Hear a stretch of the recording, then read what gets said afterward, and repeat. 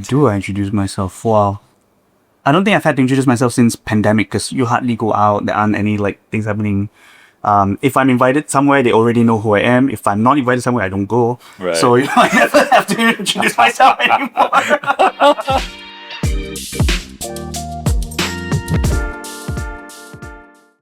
Hey everyone, before we begin this next episode of the Hello Mentor podcast, I just want to say if you're job searching or hiring, check out hiredly.com. We are not just another job platform. We make it easier to find the jobs that people actually want, and we help companies stand out to hire the right talent. So there's a lot of smart tech and there's a lot of human touch. That's Hiredly. So you can head to hiredly.com and give it a go. Hey everyone, it's another episode of the Hello Mentor podcast, and we have Adam Izzy with us here today. Hello, Adam. Hi. Hi, welcome. Nice to have me. Nice to have me. Yeah. Thank you for having me. Thank you for coming. Thank you for joining us.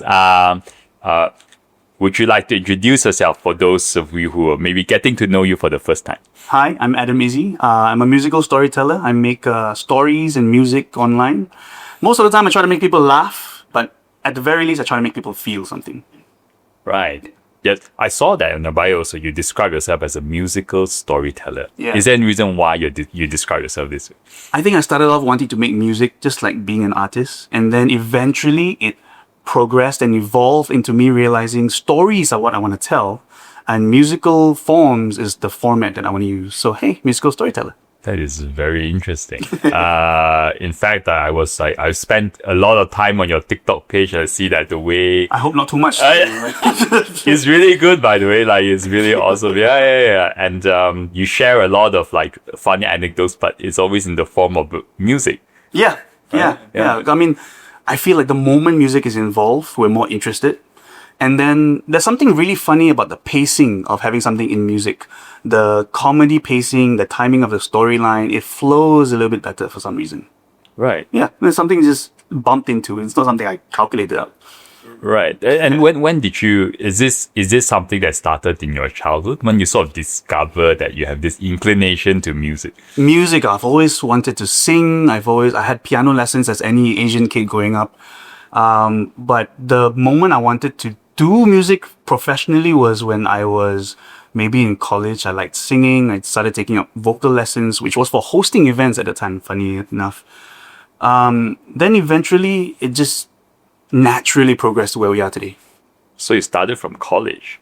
Yeah. Well, I'm sure as a kid you would sing. I was singing Pokemon theme song. I wanna be the very best as a kid. Teachers and parents and all would make fun of me, of course. But little did I know, eventually when I grew up, I realized, hey, those moments were actually telling me what I actually want to do in life. Right. Yeah. Right.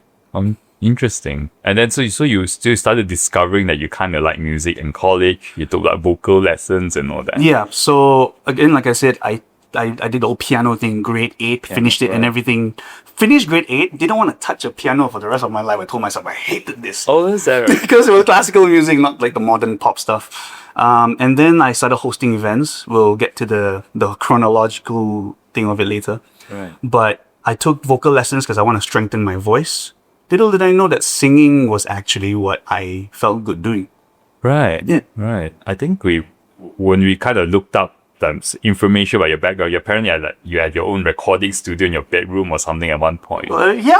I mean, right now I'm lucky enough to have a whole room in the house to be my recording studio. But it didn't always start that way. Of course, it was just my little bedroom. I had a laptop and 2 small speakers that my dad got from a secondhand shop. Right. That was it for a long, long time because I've been making content for a decade now. But I only started getting traction 6-7 years in. Right. Yeah, so it's been it's been a journey. Wow, you're making me sound old, bro. No, I'm super curious because I think many Malaysians, right, when they think about a career in this like creative world, there's no real straight line to walk in some sense, right? So, and I think they're right. Like there isn't I want to do this and I'll get there straight away. Right. It takes you in roundabouts and you'll find and discover yourself along the way. And then I guess that's the beauty of life too. Right. You never actually know where you're going to get to. You just know that you're going to keep walking forward right. through the fog. And then eventually you get somewhere and hopefully you create a life that you enjoy. Right. Yeah. And what was this like walk like for you? Like, Oh man, should we start from college or is there a different point to start? Let's just like from the start. So I was in college, sure. So everybody went up to SPM pretty much the same way. And then in college, I started getting a part-time job on the side. I was coordinating weddings for a wedding host, William Lee, who's still doing really great right now. He moved to Singapore. Shout out to William. So he saw me and I told him, hey, I want to host like you. And he looked me up and down and he's like, okay, maybe I can see it. I'll talk to you soon. And then I started coordinating the weddings for him. 100 ringgit a night was so much money, dude. My God. So I would go to the weddings. I would run everything off stage while he was on stage. Right. And then after about a year of this, he had a client that couldn't afford him because he's so up there. And then the client offered me 500 ringgit. I'm like, oh my God, I'll do it. And I've watched him do it so many times, so I kind of knew all the things he said and his mannerisms and everything. So I tried it, and I still host weddings all the way until today. Oh, okay. Yeah, it's not my main thing. I don't post about it a lot, much, but who doesn't love love, you know? So I have a wedding tomorrow. Oh, do you? Yeah, I do. Oh, wow. Okay. So that was wedding emceeing, which again I do all the way until now. But right after college, around college time, so in between breaks, I interned at a radio station. Okay. It's no longer around. It's called Capital FM. And then the moment I graduated, the boss from Capital FM moved to Red FM, which is under the same company, and she hired me as a producer for the morning show. The radio announcer at the time was JJ. I'm sure you know JJ and Rudy, JJ and Ian. Yeah. So I produced for JJ for a while, and then that's when Hits FM called me over to be an announcer. I've always wanted to work in radio because that's where the music lives. Especially when I was a teenager, me and my best friend would listen to Hits FM and be like, oh man, it'd be so cool if this song or that song came out and then, hey, you should be a DJ. So I always went around telling everybody, oh, I want to be a radio announcer. Hits FM was number one because I want to be a radio announcer. Hits FM, blah, blah, blah. So graduated, became producer for JJ at Red, went over to Hits as an announcer, was there for 4 years. Realized that radio announcing as a nobody didn't make you as much money as I could have been making doing voiceovers for commercials. Oh. And that's how that started. Right. So while doing radio announcing, I would do a lot of VOs for radio ads and TV ads. And then when I left radio, I still did that for another full 6, 7, 8 years. So that was what funded me while I was building my social media career. Right. So you're saying doing voiceover work pays better than being a radio announcer. If you're famous, you can get a lot of money. Right. If you're not famous, then it's comparable. And because I wasn't getting a full-time slot at the radio job at the time, then VOs were paying more. Yeah. Oh, interesting. So from VOs, social media came about. I built that for many years. I didn't expect it to become a full career. It was just me making music on social media, right? And then now that I've got my social media established, I stopped doing voiceovers and I'm focusing here now. That's my entire life story. I can thank you. We can wrap it up now. Right. Thanks. No, we just started. What's the thing, one of the biggest misconceptions about working in radio? Because I think a lot of people feel like, this glamorous thing, and right. like, people know your name and all right. that. Right? Yeah. A couple of them. I think number one is people expect you to be happy and talking to somebody and enjoying it all the time. When the reality is you're sitting in a room by yourself, talking to the mic, completely alone for 4 hours. Like, nobody thinks of it that way, right? The morning show usually has, like, at least 2 or 3 people in there and you're kind of conversing with each other. But the rest of the day is just you alone with a screen. And you have to keep your energy up. You have to imagine you're talking to a friend. You have to make sure your talk sets, we call it, or breaks, are short and concise and still conversational, but interesting enough with a punchline. It took a lot of training for me to get the hang of it. And I think when I was there, I was really young. I was, 22. I think that's why I didn't get a full-time slot. Because I wasn't good enough in making content just yet. So it applies the same way. Making content on social media, making content on radio, it applies the same way. Right. So as an announcer, you have to kind of figure out what you want to talk about. Correct. In that 4 hours. Correct. And every talk set is 7 to 15 seconds. So you have to tell a full story in 7 to 15 seconds. That really trains you. You know how today the algorithm and all that comes out a lot and you have to make a hook. Right. Well, radio is all about 7-second hooks again and again and again and again and again. So that was great training. Yeah. Oh wow! And you have to talk to. You're right. I never considered that you're actually speaking to yourself, almost like a crazy person for like 4 hours. Yeah, you look like a crazy person, all right. If you ever visit a radio station or like Astro or whatever, you can walk past the radio station. So they'll make it like fish tanks. You can walk past them and see them doing their works. It really is just a bunch of crazy people, solitary crazy people, just talking to themselves. Right. I sometimes wonder whether an extroverted person or introverted person would do better in that kind of environment. Oh, very funny. I am introverted myself. You consider so, introvert? Oh yeah. So if I spend time with other people or groups or I need time to recover afterwards. A lot of radio announcers are introverts, and I didn't expect this until I went in, right? But I think that's how you get to really think about the content that you're gonna come up with, and then you hide in your shell when you do that. So it's sort of like an introverted thing you read in here in the corner with your notes and everything. And then you go and be loud and high energy and all for a while. And then you go back home and you hide in your shell again. Right. I think that's the radio life. Right. I'm sure there are extroverts, of course, and they do really well as well. Right. But funny enough, I found that a lot of us are introverts. Yeah. That is interesting. I mean, I interviewed a guest last week. I mean, the episode's not out yet on this particular topic, right? And it's like, as in, sometimes when you're doing a lot of content, you're recording and you're speaking, a lot of people assume that you must be quite extroverted, but then actually it's the reverse, because an introverted person does well in this environment because no one's talking back. Correct. It's like a performance, Correct. It's a one-way. Maybe it's a differentiation of what is extrovert, introvert, as well as what is a skill. So growing up as an introvert, I liked hiding by myself, playing video games by myself or whatever. And then being able to talk to people, whether it's talk well or talk loudly or energetically, I think that's a skill you have to learn.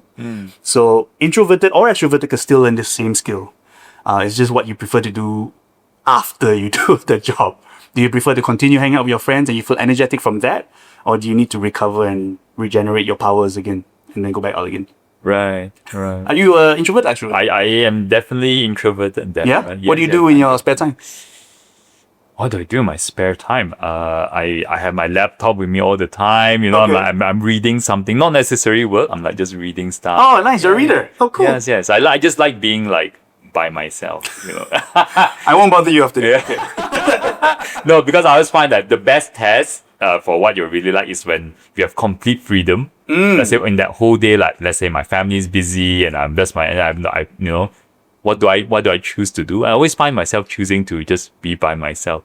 Right. Yeah. So nice. Yeah. So I'm quite sure I'm introverted. I think so too. I think so. Right. That's probably the characteristics of it. Yes. But I mean, I do enjoy the company of maybe closer friends. Yeah, you feel less drained by them, right? Yes. Yeah. And I do have, when I'm the company of very close friends, I become a little bit chatty. Yeah. But in general, I'm not really that, I don't seek out like new friends and all that. Oh, neither do I. It's like if you invite me, if I don't really know who you are, it's like, I'll think about it. Right. I get it. Right. And so also sounds like a lot of stuff that you used to, like from your voiceovers, your wedding hosting, you kind of still do a bit of today. I don't do any more voiceovers, No more but I voiceovers, still right. host events, yes. Still host events, right? So so you're someone that's sort of like run on like different lanes, right? And I think most Malaysians, I mean, obviously, everyone's thinking in a straight line. Like once I graduate, this is the path I'm going to walk. I run different lanes before. How do you feel about like living life this way? I don't think there's a right and wrong way. I think starting from one direction and then immediately going towards that goal, I think that's great too. If you decide that that's really what you want to do in life, that's great. I'm happy for people who found that. It's just, I guess it took me a while to slowly figure out. I was always in the same area or industry. I guess it took a while for me to finally get here and realize, okay, you know what? Out of all these things that I could do, this is what I really want to do. Sometimes it felt like it was a weakness when I was in my 20s because I was doing so many things and not focusing on any. But looking back in hindsight now, I've learned from every single thing that I did, and now I'm able to put it all together. Like even my social media content, I get to voice act as different characters. And I'm only confident enough to do that because I had so many years of voiceovers. So that allowed me to kind of put everything together and compile them into one. Like, this is what I am able to offer. Yeah. Right. Interesting. I mean, that is. I think I mentioned this to you maybe offline just now, but you're truly a very creative personality, right? That you're seeking something new and novel and testing different things. I don't know if creative is the term, but I have always had the mindset of working on my craft, regardless of what it is. Just every day, head down, improve that craft. So I've never been someone who thought about sales. I've never thought about numbers and all that. Maybe in the beginning, I needed more followers because that would get me jobs. Right. But I've always been the person who, if I want to work on music, every day I just make music better. Jiro Dreams of Sushi is a documentary who does this. He just makes sushi every single day, and that's kind of what I want to reference to make my life look like. Oh, Yeah. right. Can you tell us a bit more about that? Like, Jiro Dreams of yes, Sushi. yes, It's yes. a documentary. You can watch it. It's very short. It's like an hour long. Right. Is this 100-year-old? He's over 100 now, right? And he's still making sushi. Every day he just goes to work and makes sushi. His restaurant is like a 6-seater, and you have to make reservations. Of course, it's very expensive. He turned away Obama once because Obama didn't have a reservation. All he does every day is make sushi. You don't even get to choose noodles or whatever. You don't get to choose what sushi he makes. Sit down, I'll make sushi, enjoy. And he's done it his entire life. He loves it so much he doesn't want to take a day off. And that's how I feel sometimes as well. Any day I take off, I feel guilty, I feel restless. I want to go back to whatever I was working on because that's what my brain is running on. So I've kind of adopted that lifestyle.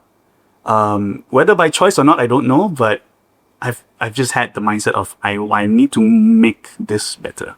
Just keep going that way. Right, right. In some sense, you're already, as in you're doing what you want to do. Yeah. And how do you sort of trust that things will work out? Because I think that's the concern most people have. Like, oh, I would love to do what I want to do, but Right. But then, like, how about the money? Right. Should I just take up this job? Like all Right. that, right? I think regardless of what it is that you want to do, you can make money out of it. That's to start, right? So to kind of put that worry aside, my mom had this friend who grew up doing hair. And when he was really young, his mom kind of disowned him because hair, there's no money in it. But later on, he opened a salon of his own and became the most money-making salon in KL for a long time. So just to show that any industry you're in, you can make money out of it. So put the money part aside first. Whether you're going to fail or succeed at something, when I was younger, that never crossed my mind that it was going to fail. It's just, I want to do radio. I'll make sure I get into radio. I'll just do radio. Failing it wasn't even in my vocab at the time. So saying that is not a flex. It's not like I know I'm going to make it. No, of course not. There will be sleepless nights. There will be doubts all the time. But if you decide that you want to do something, the only way it will work out is if you go all in. Right. So, which is weird coming from me because I went all in on so many things and not one thing. But I'll explain in a bit. To answer your question, just to wrap it up, I think if you really decide to do something, trust that it will work and trust in yourself to put in the hard work that is necessary for you to make it. Right, right. Yeah. How do you manage we're all human. I suppose sometimes when that doubt creeps in, do you have any way to immediately kind of manage that? No. You don't? Like I said, sleepless nights, that will come, doubts all the time. You have to remember why you're doing it. I think that helps a lot. It's cliche. People talk about, your why. For me, whether it's doing it for my family's sake, whether it's doing it for me, now that I'm older, I have a family to take care of, right? But when I was younger, it was just, I want to do music, so I'm going to just do social media. I'm just going to do social media. Just trust that you put in the hard work and you just keep going until it make it. You don't even think about everything else. Don't get distracted. Just keep going and keep going and keep going. That's all I can say. Amazing. Is it really? I don't know. It is. It sounds very like, yeah. How are you going to make it? Just do it.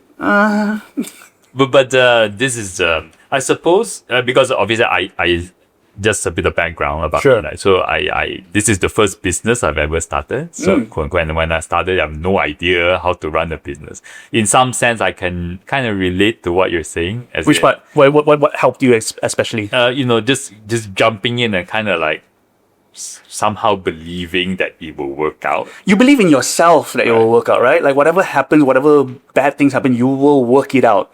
You have the confidence in yourself to work it out. Yeah, in some sense, in fact, I would say that when I first started, I was completely ignorant of how difficult it was going to be. Yeah. You know what I mean? Yeah. A lot of it didn't come from courage. It was just like ignorance. Like, I didn't know. Right. From the outside, it might look like courage. Right. But actually, you were just happy, bright eye, and just, I want to do this, and you just do it. Yeah. Yeah. So sometimes maybe we are holding ourselves back with fear. So maybe that's the part that we kind of need to deal with. Don't let fear stop you from doing what you want to do. Right. Were you always like this as a child? No, of course not. My dad was an F&B manager in a resort. My mom was a teacher. Neither of them came from the entertainment industry. So obviously, until today, my mom still probably wants me to get a 9-to-5 job, like a proper job. So growing up, when I did music, when I was still staying in my parents' house, I would get stares from my mom. I would know that people around me were looking at me like, what is he trying to do? Can't you just get a job? Just call it over. Like, just get over it. So that doubt was always there, but it's very important to have people who do believe in you. So I've got a couple of day ones, one of them being my wife, Melissa, who's my partner as well in business. And it's very important that they believe in you even when you don't, which happens a lot. So now when I think of pulling out, giving up, I think of all the times that she believed in me, and I don't want to waste that. I don't want to make her waste, her time and her believing in me. Yeah. Oh, you're one of the lucky ones. I am. No doubt I am lucky. Yes. And from a Asian parent point of view, Yeah. I think it's a there's a joke, right, that your parents want you to be like doctor, lawyer, and then I believe it's Half my videos are about that. right. It's only partially a joke. It's like kind of true. Correct. Right. So for if a young Malaysian is, I mean, you don't have to go so far as think, I want to do music or do creative. To a very young Malaysian out there who's maybe they want to walk a path that their parents don't really approve of. Say like what would you say to them? I would say, first of all, forgive your parents. They don't know your industry and therefore they fear it. It's not their fault. They just love you and care for you. They don't want to see you heartbroken or worse, poor. So that was a joke. You can laugh. So first of all, forgive them, love them for that. And then decide whether you actually want to do this. If you say that this is really what I want to do, nobody can tell me that I'm not meant for this, then you're the only person that can decide whether you're actually meant for it or not. So understand that the world will be against you. Understand that it's very difficult and hard work will always be required, regardless of what industry you go in. But if you're willing to do the hard work, again, I guess I've mentioned the word hard work multiple times now. They go ahead and prove everybody wrong. Right. Yeah. What does hard work look like for you? Hard work for me looks like doing it again and again and again when no immediate payoff is imminent. Because if you do something and you immediately get paid, it might still be work, but it may not be as hard as doing it for years, not knowing whether you're going to get money out of it or not, or whatever it is that you want out of it. Some people do social media not for money. It might just be for fame, which is great, fine. All right. So if you go again and again and again and again and again, it's either you are putting in hard work or, as Einstein called it, you're being stupid. Right? Crazy, is that the word that he said? Doing things again and again the same way, yeah? Yes. So it's a very thin line that you have to walk, but for me, hard work means doing it even when you don't know if something is coming back. Right. And I guess that forms part of the reason why people don't like to or are worried to jump into this unknown is more of the fact that they don't know whether all that hard work they put in has a result. Correct. Comes back as something. Correct. But if I can tell you right now, doing it for 2 years, you will get $1 million. Everybody will be doing it. It's not something that is sought after anymore. Yeah. So I think the belief in yourself that you will make something out of it eventually, that is what makes hard work so sought after or so valuable. Right. As a career, would you say that things got a bit better for you when you maybe blew up on social media? Or was there a point that you felt that things were better for you? Better. Yeah, better. Like, better? Well, I suppose you've always been doing what you want to do. Maybe better, maybe financially better. Let me stop you at the want to do first. I believe everybody has something they want to do for a while. Like every few years that might change. Or some people have it for 20 years and that's great too. But not everybody has the thing where I'm going to be a doctor in a specific clinic or specific way for the rest of my life. Not everybody has that. So you're right. I have always been doing what I want to do, and that has changed over the years, sometimes overlapping a little bit. But your question was, what was the question again? Better financially. Better. Was it when you blew out on social media and then you got more opportunities, or like was there a moment where you feel like you know? Opportunities did come with social media, yes, definitely. Right. Whether my life was better, I don't know. Every morning I wake up with a smile on my face. I think depends on how you grew up matters as well. So I grew up in a mixed family. So my mom is mostly Chinese kind of culture, but my mom is Nyonya, mixed Indonesian, mixed something. She doesn't even know anymore. My dad is also his dad was from Myanmar, so my grandfather's from Myanmar, and that one's also mixed Indian and mixed this and mixed that. Circle DNA came back and told me I have 5% Japanese Korean. I don't even know from where anymore. But growing up, I wasn't Chinese enough to be with the Chinese kids. So growing up, I kind of always felt like an outcast. My partner is half Chinese, half Indian. I guess that's why we kind of liked each other growing up. So I think growing up that way made me realize that whatever I have now is already a bonus. I mean, you look at so many people's lives that are really difficult. Like they have to struggle so hard to make money, to pay for rent or to get their kids. For me, I wake up and I have breath in my lungs. I have a nice family. I have food on the table. I always wake up with a smile. So whether social media made it better for me, I don't know. Did it make me more money? That one is a different podcast we need to talk about it. No, I would say opportunities did show up more once you have social media numbers, because that's just leverage, right? So I think we're going into the topic of whether social media numbers get you leverage and therefore give you more opportunities. Right. I would say yes, it does. But only if you want leverage in those kind of settings. So I started getting a lot of event invites. Started getting a lot of collab invites and all that from people that I may not have spoken to if I didn't have the numbers. I would say if that's your thing, then great. After a while, I realized going to event after event after event wasn't my thing anymore. So that's why I say it got me more opportunities. Did my life get better? Oh, right. And a lot of people automatically assume because, let's say, if someone is popular on social media, then like they must be like, very rich or something. But it doesn't come directly from the social media. It happens what we do with the opportunities, right? Yeah, correct. Okay, so a lot of people come to me and ask, how do I get a lot of followers, a lot of views and all that? And the question I always ask them is, what are you doing it for? And I think that matters here, right? Are you making content because you want to be famous? Do you want to make content because you want to push a movement and an agenda? I know people who push, like, for example, they want to push the vegan movement. That's their goal. So imagine if you want to do a vegan movement, you don't care about your fame per se. You don't care about jobs coming in or event opportunities coming in if it's nothing to do with your movement, your idea. So what you do it for matters a lot. And if, like you said, people assume social media following means more money. If you're doing it for money, then I'm sure you can capitalize on that because that's more leverage for that. For me, I did start doing it because I wanted to be more known for music and obviously pay for rent. But eventually I realized I didn't focus so much on the numbers and followings and algorithm and all that anymore. I focused more on telling stories because that's what I want to share with the world. It's really cool when I share a Malaysian Chinese parent story and someone in Africa, completely different culture, DMs me and tells me their mom is exactly like that. Like, if that doesn't tell you that we're all not that different after all, I don't know what does. Yeah. Right, love it. And how did you, so I'm so curious because I actually watch a lot of your videos on TikTok. Just hilarious. Like, who writes the scripts? You write it yourself? Like, Yeah. From start to finish, creative direction is always me. So my partner Melissa will help me shoot. Sometimes she help me edit.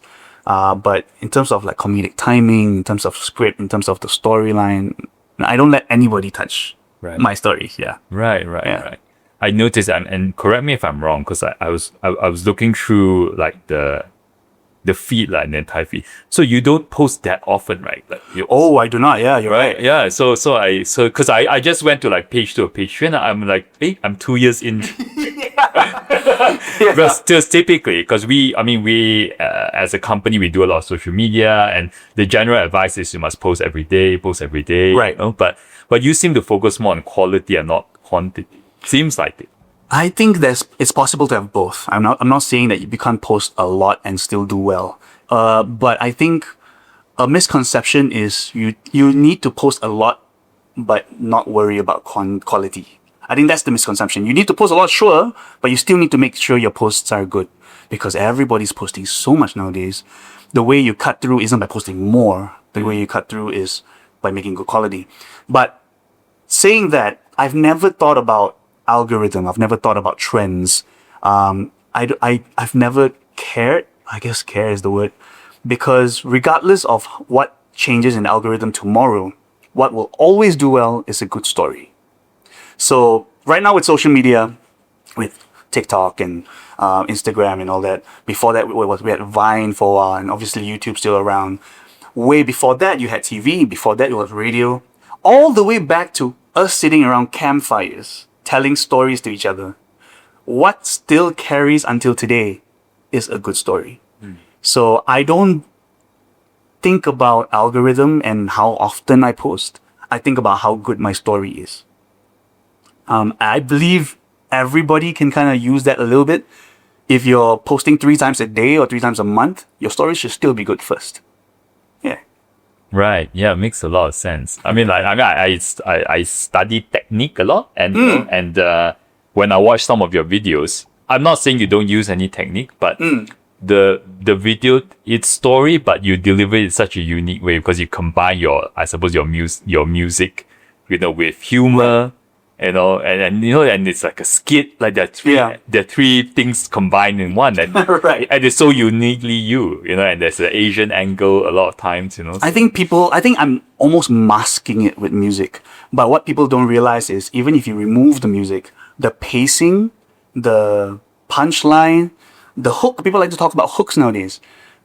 If I told you a story right now and I said, so there's this boy, he's 9 years old, he wakes up to go to school, he sits down at the table, he's having breakfast, which is cereal and milk. You're kind of already like, why do I care about this kid? I'm not.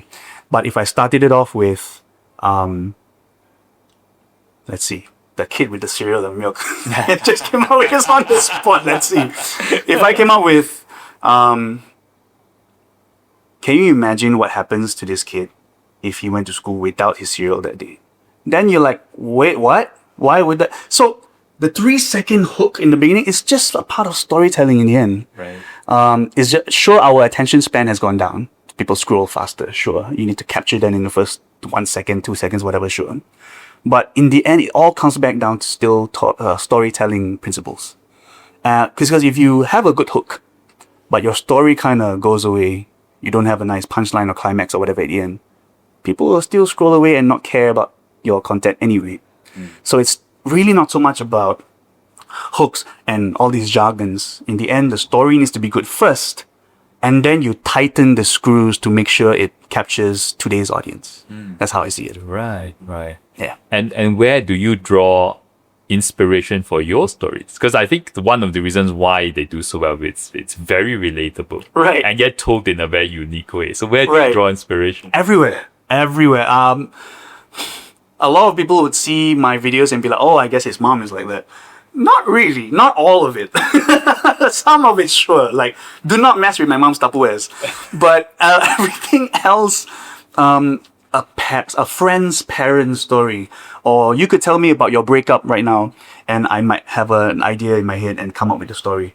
So I've considered myself a storyteller, not just for myself, but also to tell other people's stories as well. So inspiration is everywhere, man. You show me a bottle and I can kind of make an emotional, it's called emotional support water bottle. I love it. It's very Gen Z coded. I see. But You give me two of these and I can make them have a conversation with each other, for example. And one of them might need more emotional support than the other. I don't know. Maybe. So everything could be, a story. All right. Oh, that's yours, right? There's water in there. Is that really mine? Yes. To take home? So, yes, you can take I home. have We an can give- emotional support water That's bottle. right. We can have one for Melissa too. Thank Right. you. Can give each other emotional support. Oh, nice. Oh, wow. Okay, there's water in there. Feel supported. Yeah, that's how it's supposed to work. What was I gonna say? Oh yeah. Stories, yes. Is there because you tell a lot of very, like Asian stories many people can relate to. Is there anything about the Asian culture in particular, or Malaysian culture, that you always find very, peculiar or interesting about? There's always something fun to poke at. Malaysian culture. Oh, I feel like I've already made videos on all of them. Something interesting about Malaysian cultures is that we always say, whether it's in the news or like uncles talking to each other at the kopitiam, wow, we are racially separated. Are we really? Look, in this room, we have multiple races. We look in an office, we have multiple races. Some people will say, yeah, that's because of quota. Well, even when the quota's not there, you go to a school, a high school, you would sit with different races. So, I don't know. Maybe one day I'll make a video about how we say we're racially separated, but are we really? Maybe we're just racially separated online. Because online, they seem to be very angry about these kind of things. In real life, everybody's kind of cool. Yeah, that's right. Maybe. Yeah, maybe. No, I agree. Actually, I mean, I think by and large, like Malaysians are very like peace-loving people. Yeah. To say, Yeah, we are. Yeah, very tolerant, peace-loving people. I grew up in an environment where, I was, very short story. I grew up in Johor, in Kota Tinggi, Johor, for about 2 years. I was primary school there. And I went to, there was like a Chinese school, like a Mandarin language school, and there was like the typical kebangsaan. Yeah. So my dad sent me to the kebangsaan school.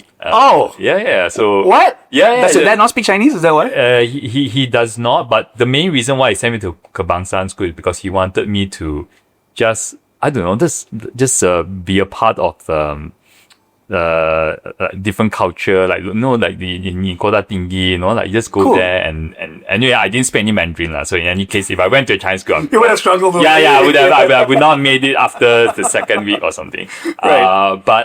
But anyway, that experience, I think we were like in my entire, I was like standard 5, the entire standard 5, maybe like 3 or 4 Chinese. But long story short, I really loved like being in the environment and getting to how to put it,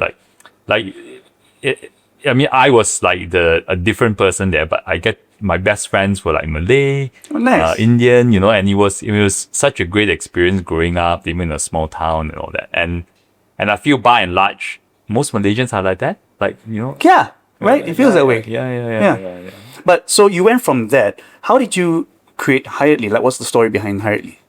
That's a big jump from standard 5. All right, let me see. I don't know. You look like you could be just finished Form 5. I don't know. How did I start hiring? Well, I actually I was an accountant before. That's Okay. my previous life, and then I switched to do, I did accounting for maybe almost 10 years. I knew I wasn't a good accountant. I got into a very good company, by the way, and I always think that sometimes, in careers it's very weird, which is why I have so much admiration for someone like you, right? Who you walk down a different path, right? So I always believe that if everyone is, let's say, of average intelligence, right? Okay. You can fake your way into a career. Do you know what I mean by that? Fake your way. Yeah, that means like, even though I don't think I'm a great accountant, I can still do well enough in the interviews. I can still do good enough job. I might get promoted. I can work hard. Okay. But actually deep down, I am not an accountant. Ah. I'm not naturally an accountant. Right. But if you work hard, you can get quite far enough, right? So I did that for 10 years and I really knew I wasn't, and I wanted to do sales, and then I switched to doing headhunting, which is a form of sales, like sales/HR. And it was when I did that I discovered that in Malaysia, we needed a different, so Hiredly is like a job platform. We needed a different kind of job platform. There's more focus on culture. like company culture. Like, what was it like to work in different companies? I see. That was how we were born, and it was literally, there was no market research at all. I didn't know that, is this really, do people care enough about it? How much money am I going to make? It was just kind of a instinct or intuition. Like, I think Malaysians would like this. Okay. Literally does it. A platform that's focused on company culture. And just by launching it, we grew organically so fast in the early years, just from people who believe. Nice. Yeah, it was weird. Like, we didn't spend so much on marketing. And I remember meeting like a lot of young job seekers at the time. So, I wish this existed when I was looking for a job. Because when I was always applying blindly. Every job description looks the same. Right. But on this platform, well, we were called Walk then, but now Hirely. Okay. I can have a feel for what environment this company has. What's the, who am I going to work with? And Right. all that. So, yeah. What was the change? What made you like, suddenly culture was something that I want to focus on?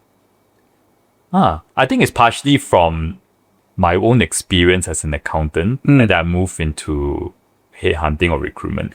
I think I did very well, by the way, in headhunting and recruitment. And I don't think it's just because of the job scope. I think at the time when I joined that company, it was very small, but it's growing very fast. Okay. So it was he had a very it was going through a very entrepreneurial phase. Right. Whereas when I was doing accounting, it was a huge, big corporation, a lot of structure. It was one of those like climb corporate ladder environments, right?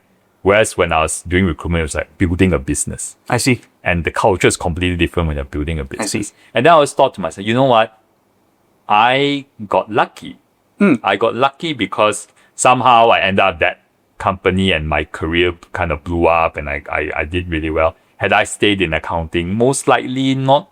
I mean, I still have a job today, but I wouldn't have grown that amazing. I see. So for me, I was like, I think culture is important. I asked because, Right. see, that story matters. Right. So anybody looking now and like, why should I go to Hirely instead of somewhere else?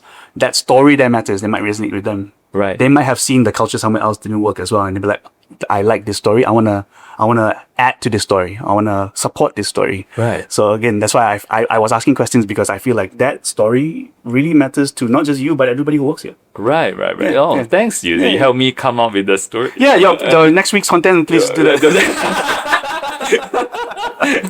No, but you're right. I think people can relate to the story. If I'm trying to logically explain something, it may not connect Correct. so much. Correct. Yeah, they're just trying to be different. Yeah, they're trying to be better. Yeah, what else? What else is new? Right. But your story, hey, I have that story that's similar. Then I wanna, maybe. Right. Stories matter.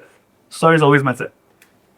I when you were describing your childhood earlier, by the way, I think you said because you are so your own as in you are a bit of everything, right? You said you're not Yeah, a mix of like a whole bunch of Mix of Asian the stuff. I don't Asians even and- know anymore. like, and you used the word like a bit of an outcast as you grew up Yep, and all that. yep. I wonder, do you think that plays a part into why you're so independent? Like you're very okay to walk down a different path than most people. Maybe. I think it'll all play a role in some shape or form. Maybe it allowed me to trust in my own abilities, in building a career myself, as opposed to depending on the company to hopefully not fire me and giving me my income. So maybe that had made me a bit more independent and trust in my own abilities more. Maybe.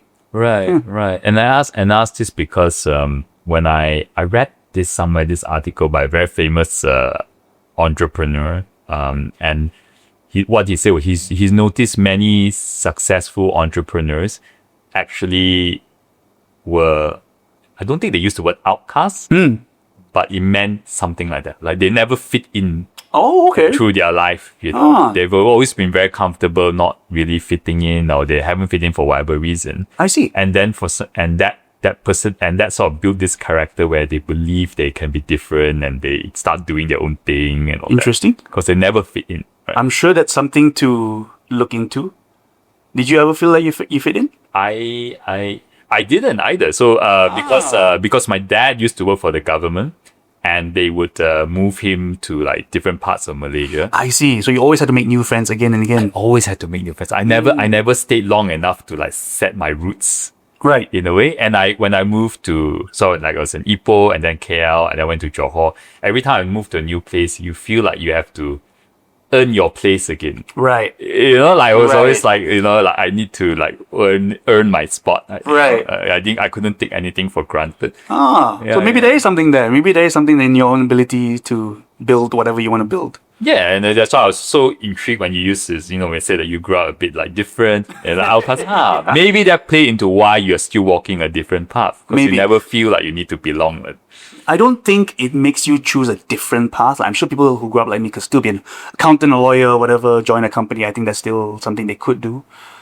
It's just if you do decide to do something else, like start a company like yourself, I don't think it's something that would stop you, right? Like you would believe in your ability to solve whatever problem comes. Yeah. Cool. I like it. How do you think someone can cultivate that ability or that self-belief that they can figure it out? I think what you're talking about is confidence. And confidence is just doing it again and again and again and again. I've been asked before, how do you be so confident on stage? Doing it again and again and again. If today is the first time you're making an omelette and I'm watching you like a hawk, you wouldn't be confident in making a good omelette. But if you've made it 1,000 times and asked you to make me an omelette, you'd be so confident. You'd be like, I got this. So it's just repetition, just doing it. And then your question on problem solving, same thing. If you've done something that gives you problems and you keep solving it again and again, you trust in your ability to solve the problem again and again. That's where confidence for anything is built. Right. Yeah. And you in some sense, you get the confidence by doing. 100%. Right. 100%. Just do. Just do. Just do. Don't think, just do. Like, do first, then you become confident later. Correct. Right? Confidence comes after the action. Correct. Right. You don't become confident first. It's like you don't become fit first, then you go to the gym. No, you go to the gym first. Right. Yeah. Same Right. thing. Yes, and because I think many people, some people have it the other way around. Like the reason they don't do it is because they feel they're not confident. Right. Maybe. And whereas what we're saying is, or what you're saying is, or I agree what you're saying, is that the confidence comes after. Confidence definitely comes after. You just keep doing it and then you do become first. Just do first. Right. Just do. Like if you had to open another company right now, you'd be more confident than before you started this company, right? Oh yeah. Yeah. I made like 1,000 mistakes. Indeed. Yeah. Indeed. We will make mistakes. That's 100%. Right. It will come. So just go through the mistakes. Know that it will come anyway and just go through it. Yeah. Right. What do you feel is like one of the, speaking of mistakes, right? Is there any particular lesson that you hold quite dear from your journey building so far? Maybe you feel like you wish someone told you earlier, but you had to walk through it yourself. I think the world is small, so don't burn bridges. When you're young, especially, you get angry at misdeeds. It's something people did to you. Don't get angry. Don't burn bridges. Let them be and just work on yourself. Karma or the universe or God, whatever you call it, will come around and you will cross paths with them again and it will, So when I was younger, I was a lot more hot-headed. So I think if someone were to tell me back then, just don't burn bridges, be calm, work on your craft. Which is something I've kind of tried doing myself. Anyway, yeah. If I were to go back to my younger self, another thing I'll tell myself is to not worry so much, I think. People worry too much. The million things that you could come up with in your head about what could happen tomorrow, these are all your imagination and all your worries. Don't worry so much. Just focus on one thing you want to do, put your head down and do it. Yeah. I wish I told myself that, yeah. Right. How does someone not worry? When you are mid-action, you have no time to worry. So again, just do. While you're running for a marathon, you're not going to think about, tomorrow I got no eggs in my fridge. No, you're worried about that finish line. Mid-action, you won't worry. Right. So if you're worrying too much, it's like, you're too free, Probably lah. My mom will probably say that also, like, you're too free, too much thinking. Too much time to think. Correct. And you mentioned don't burn bridges and you're hot-headed. I find sometimes that a lot of people, I mean like yourself, whether I know you don't describe yourself as a creative personality, but you kind of came out and do your thing, and there's a certain, it's a cliche word, but a certain passion to one drive. Do you have that thing? That's what keeps you going, right? And sometimes that passion can also, from a flip side, that energy can also become like a temper, lah. I'm Right? sure. I'm sure. You know, because we know that it's just energy, right? You so believe in something, you're driving it. Like, is there anything that helps you manage that other side Manage my temper / passion. when the passion goes, is directed at the wrong thing, right? Okay, when it's directed at the wrong thing, I think that one is just age and experience. You learn not to direct it at the wrong thing anymore. But for me, what you mentioned just now, what you just described, sounds very much like obsession. And I think I have been called obsessed multiple times in my life, and it is no longer an insult. Now I realize that when I do something, I do get obsessed. And that's how I've gotten anything to work in my life, by being obsessed at it and working at it again and again and again and again. So what helps me direct the passion and temper towards the right direction? I think that's just something that comes with experience. Somebody who doesn't have stories of how they got angry and did the wrong thing out of passion is somebody who doesn't have much passion in their life, I guess. We all have those kind of experiences and stories that eventually will teach us how to direct it to the positive side. I think so. That's what I think. Some of it comes through some maturity and time, is it? I guess maturity and time. Sure. Right. Some I don't consider myself mature yet, but sure. We're all learning, like, it's all a journey. It's all just a journey. Or you just have to accumulate the battle scar and eventually. Indeed, battle scars is right. So again, just gain experience, and you'll be fine. That's why if I met my younger self, it's like, don't worry so much. You'll be fine. Right. Yeah. Right. Was there a period like not just what and not just about like what having 1 or 2 bad days. Was there a stretch where like, wow, it was really tough for you that you actually doubted this path? Then yeah, like once or twice a year. Or was it? I still get them. Yeah, I still get them. Sometime around February, That's right. But like I said earlier, we had sleepless nights, doubts. They come in all the time. Last year we had a 6-month long campaign with a client, which means we only get paid after the 6 months. So those times make you really start to feel like, did I choose the right path? Should I go get a 9 to 5? Should I go get a proper job? But at the end of the day, because 9 to 5s don't give you security either. People think it's secure because you get a paycheck every month, but layoffs happen all the time. So at the end, what keeps me through is knowing that if I were to take care of my family, I only have these 2 hands, and I should only depend on these 2 hands to make it work. I think that's what gets me through. Right. Yeah. But if anybody going through this kind of journey and have your like down times and all, everybody gets them. Everybody will have. You look at me on social media, wow, confident, wow, he does comedy, wow. We get down periods the same as anybody else. Right. Yeah. Right. Yeah, I mean, and to your point about social media, I think sometimes when people see someone on social media, they form an impression of what they're like. Correct. But the reality is very different, right? I'm sure people look at you the same way. What business owner? Wow, he must sleep really well. You have what, 70 payroll? It's 70, yeah. I'm sure that keeps you up at night sometimes too. Yeah. Yeah. Yeah. You guys hear that, like? Yeah. I lose sleep because of you, like. It's on record now. Thanks for that. You immortalized this sentence. Right. Yeah. So, okay. So, yeah, sometimes it does happen. And you just have to just work through it, I suppose. Those doubts. And trust in your hard work. Again, trust in your own hands and just do it. Just keep head down. Just keep going. Right. You mentioned layoffs just now. Like, even if you have a job, layoffs do happen. And like security is almost an illusion in some sense. It is. Right. I think security in any part of your life is an illusion. You could be the most careful person in the world. Tomorrow something might happen and that's it. Your last day on earth. Right. So there is no such thing as security. It's just you making the best of what you have right now. Enjoying life. Let's enjoy every second. Enjoy everything. Yeah. Right. Do you have any thoughts about, I was going to try, when you say the layoff, right, down in the news, there's a lot of layoffs happening, and part of the reasons because some companies are putting it on like AI and all that. Yeah. So As someone who is like a storyteller,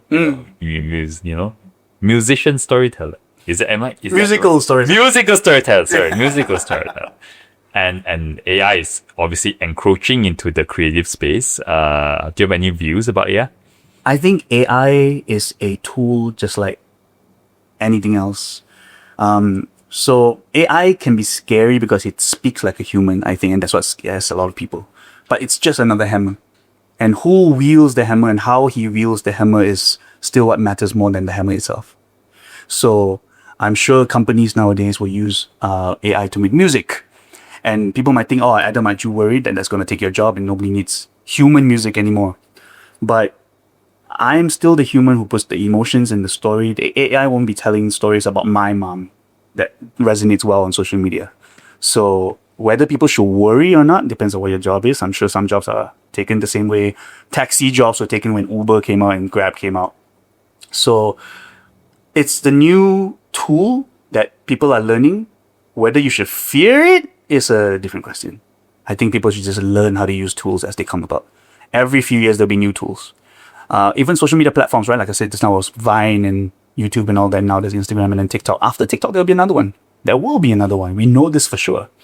So learn how to use each tool and don't fear the tool itself. Yeah, I like that. I think sometimes, in fact, on the other extreme, I've seen people use AI, but without any human insight or input, and actually the quality is also very low. Yeah, you will tell. You'll be able to tell that this wasn't a human. There's no human thought behind the AI output. Yes. You still need that human thought in that. Correct. Right, and Correct. it's just a tool, basically. Correct. Right. What do you think about AI? What do I think about AI? I think that in the short term, it's very disruptive. No, actually, I've changed my mind on that. Okay. Yeah. Sorry. Why? The reason I say that is because it's actually becoming very clear now that big companies don't really implement it that well. Right. So there's a lot of, what the media is saying and what's happening, like with all these layoffs, may not all be AI. Some of it just an excuse to like reduce the workforce. Right. It's the current scapegoat. Yeah. That's part of it. I'm sure there's some AI involved, but by and large, we're at 70 people now in Hirely. When we want to implement any change, it's already so hard. So I can't imagine a company with like 10,000 people, like Change your entire system. So it's not really that straightforward. But of course, the thing is just a question of time, lah. Eventually maybe. I don't know how it will play out. My best guess is maybe big companies will become slightly smaller. Maybe they'll feel like, okay, I don't need that many people to do what I need to do, but they'll still be big. But the whole AI thing will enable a lot of small teams to do big things. Right. Do you then feel like it's going to even out the playing field? Yes. You'll be some kind of like, you start to see a lot of emerging new. It doesn't have to be like a business, like even like what you do, for example. Yeah. You can, with the small team, you suddenly realize you can do so much more because there's this little assistant here that can help you do little things digitally on the digital. A friend of mine calls it my really cheap and really good intern. Right. Yeah. So you find that small companies can do bigger things and big companies tend to be a bit smaller. So if we kind of like even out slightly, I think everyone will still have lots of jobs, but they'll maybe end up working in smaller companies instead of like everyone concentrated on a few big companies. That's my best guess from as someone that's running a kind of like a recruitment company. Yeah. Very interesting coming from your perspective. Yeah. I think so. I think jobs will always be there. You will just change, True. True. True. I've got like 2 last questions for you. Sure.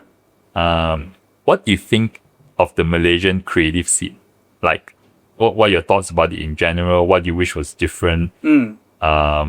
What would you change about it? Well, sorry, just like 3 questions in one. But that's fine. But overall, it's about the Malaysian music scene. You said music scene specifically? Well, I say creative scene, but maybe start with the music scene.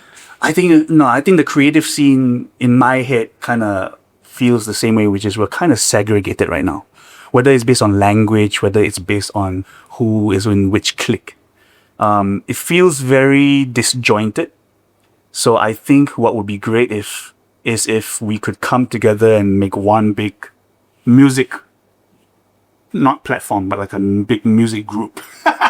Would be nice. Because right now, I have Indian friends who make like Tamil music, and they really support their Tamil group on the side. That's great. Happy for them. But on the other end, I also have Chinese friends who make Chinese songs, and they're very separated on that side. And we are already a small country. We are already a country that doesn't have a lot of local music making money for us. To segregate it further that way, kind of is just us fighting ourselves.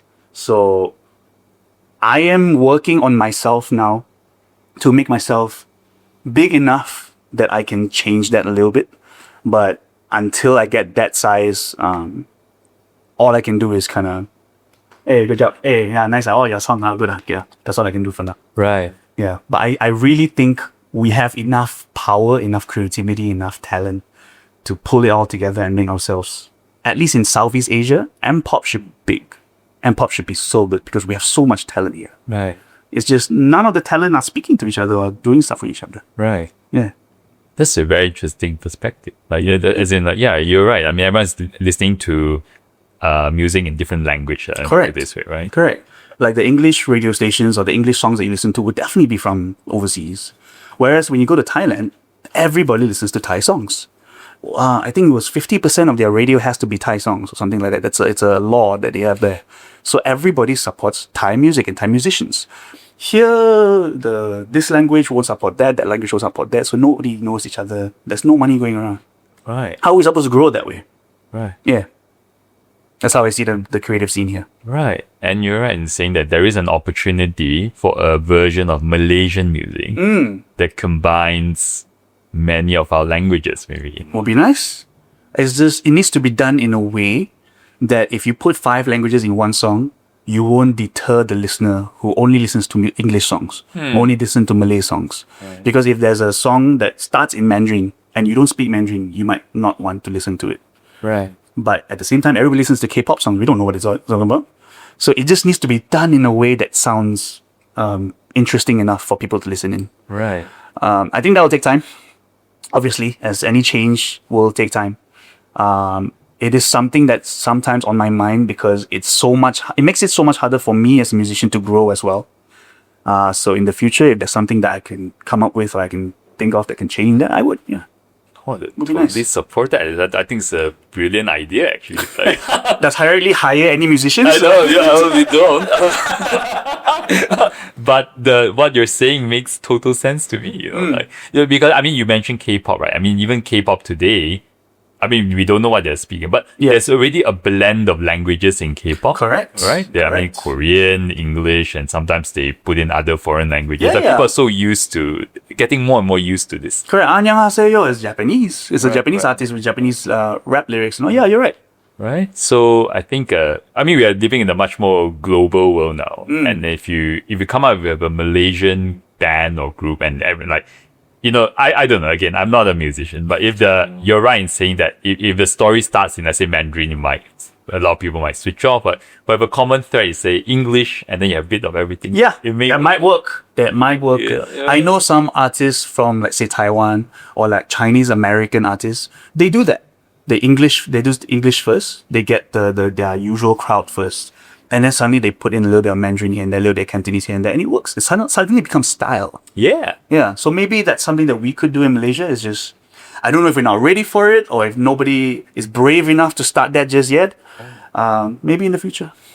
Oh, I hope you're the one that does that. We shall see. We shall see. Brilliant. I need to build myself up so much that I can carry others with me, you know? I need to build myself first. Right. And you're working quite a bit on your music. I think we were speaking offline just. Yeah. So this year has been a lot of work. We're transitioning from content creator to more of an artist, a musical artist. And I think people think it's the same thing because everything's digital now.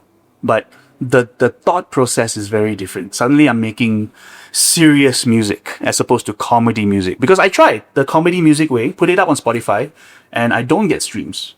Because then I learned that comedy is something that people want to ha-ha and then move on. They don't really want to play it on repeat.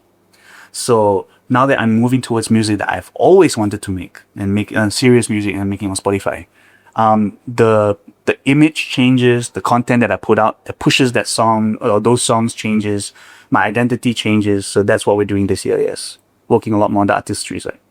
Right.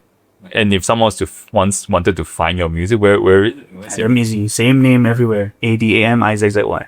right? Yeah. As in on YouTube, on like Yeah, Spotify, everywhere. everywhere. Everywhere. Yeah. Oh, that's interesting.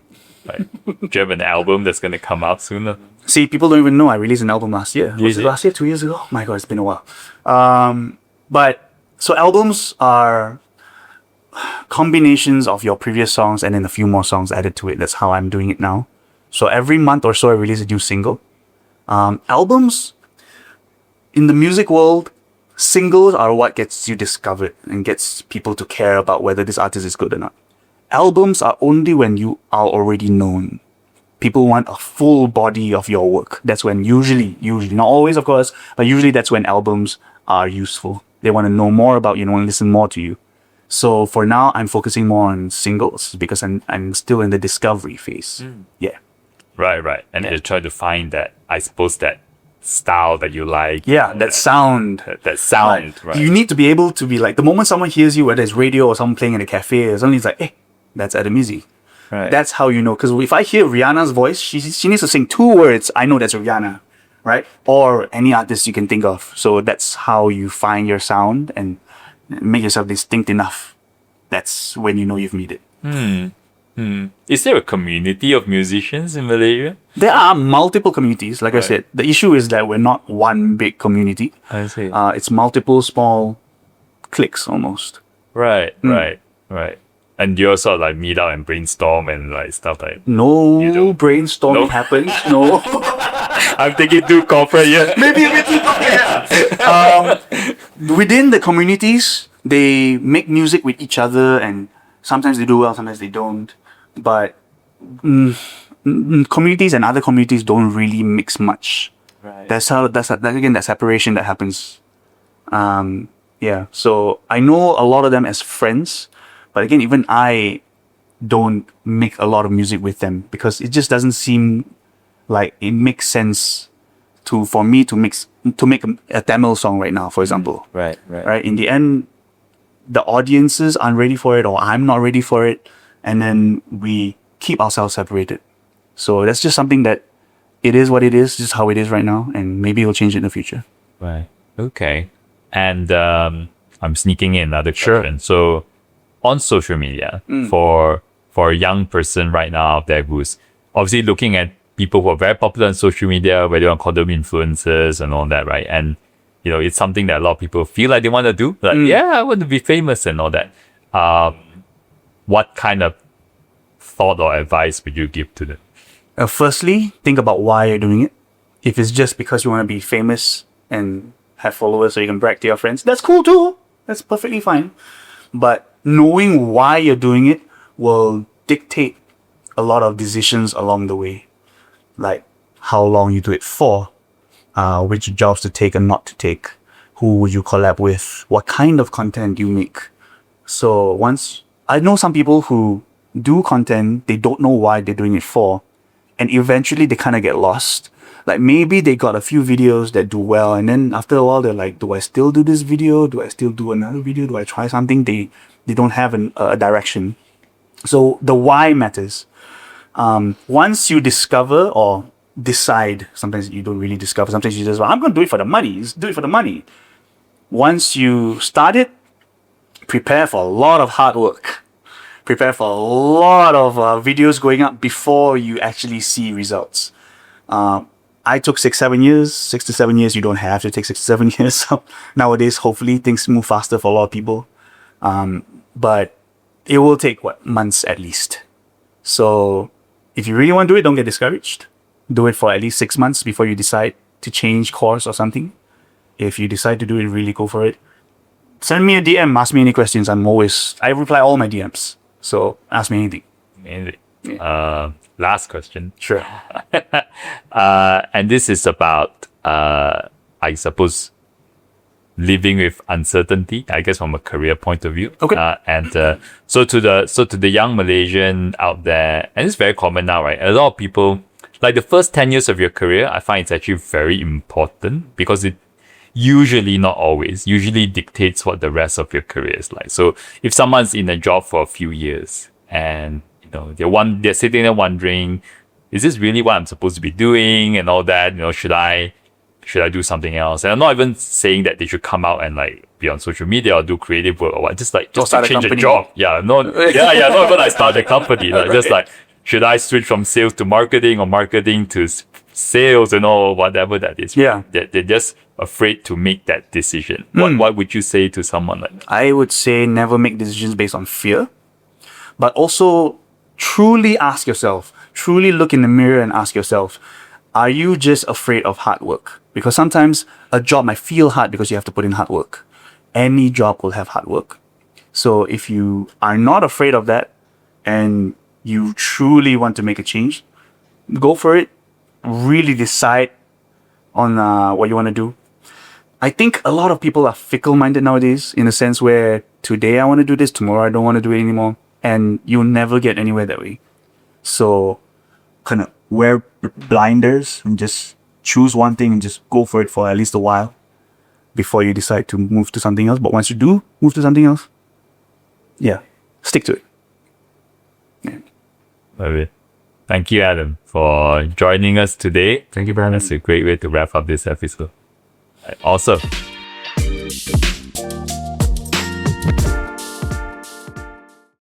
All right. Thanks for hanging out with us and getting to the end of the episode. If you like this, follow us or hit the subscribe button. It will help us bring on more amazing guests and makes the whole show better for you. So thanks again and see you in the next one.